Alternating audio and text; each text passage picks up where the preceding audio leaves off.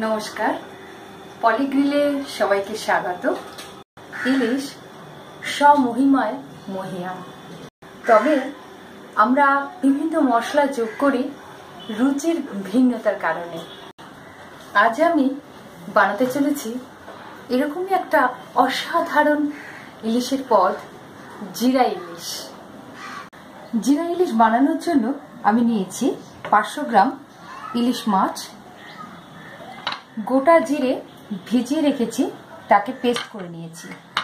ফোড়নের জন্য 1 চা চামচ কালো জিরে, কাঁচা লঙ্কা, হলুদ গুঁড়ো, টমেটো কুচি, সর্ষের তেল এবং লবণ।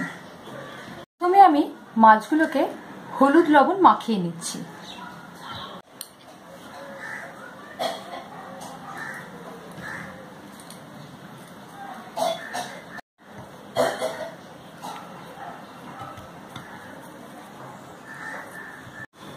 প্যান গরম হয়ে গেলে মশলাগুলোকে কষে নিতে হবে। প্রথমে সর্ষের তেল দিয়ে নিলাম, এরপর কালো জিরে 1 চা চামচ নিয়েছি, এটা ফোড়ন দেব। এবার কাঁচা লঙ্কাগুলি দিয়ে দেবো। এই রান্নাটা পুরোটাই কাঁচা লঙ্কা হবে। চামচ গোটা জিরে জলে ভিজিয়ে রেখেছিলাম, তারপর তাকে পেস্ট করে নিয়েছি। এবার এই পেস্টটা কষে নেব। 1 চা চামচ হলুদ গুঁড়ো, স্বাদ মতো লবণ আর টমেটো কুচি, এগুলো একটু কষে নেব। এবার 150 ml জল আমি এতে অ্যাড করব। এটা এরকম দেখতে হবে। এবার মাছগুলি আমি এতে দিয়ে দেব।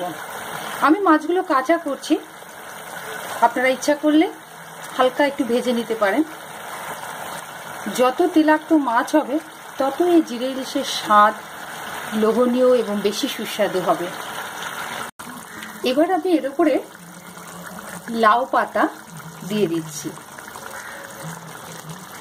লাউ পাতা বা কুমড়ো পাতা বা চাল কুমড়ো পাতা, যে কোনো পাতা এতে দিয়ে দিতে পারেন।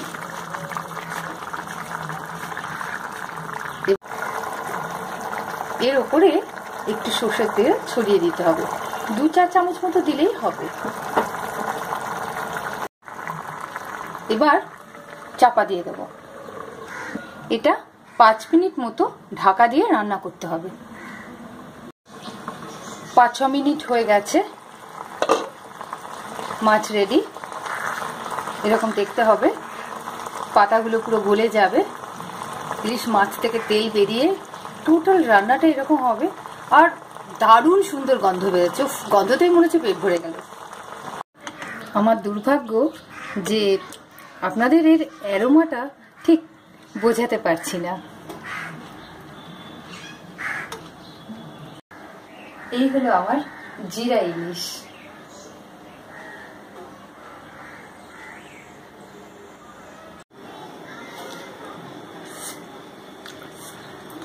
আমার এক শ্বশুরমশাই পাত্রী দেখতে গেলেই জিজ্ঞেস করেন, তুমি জিরা ইলিশ রাঁধতে পারো?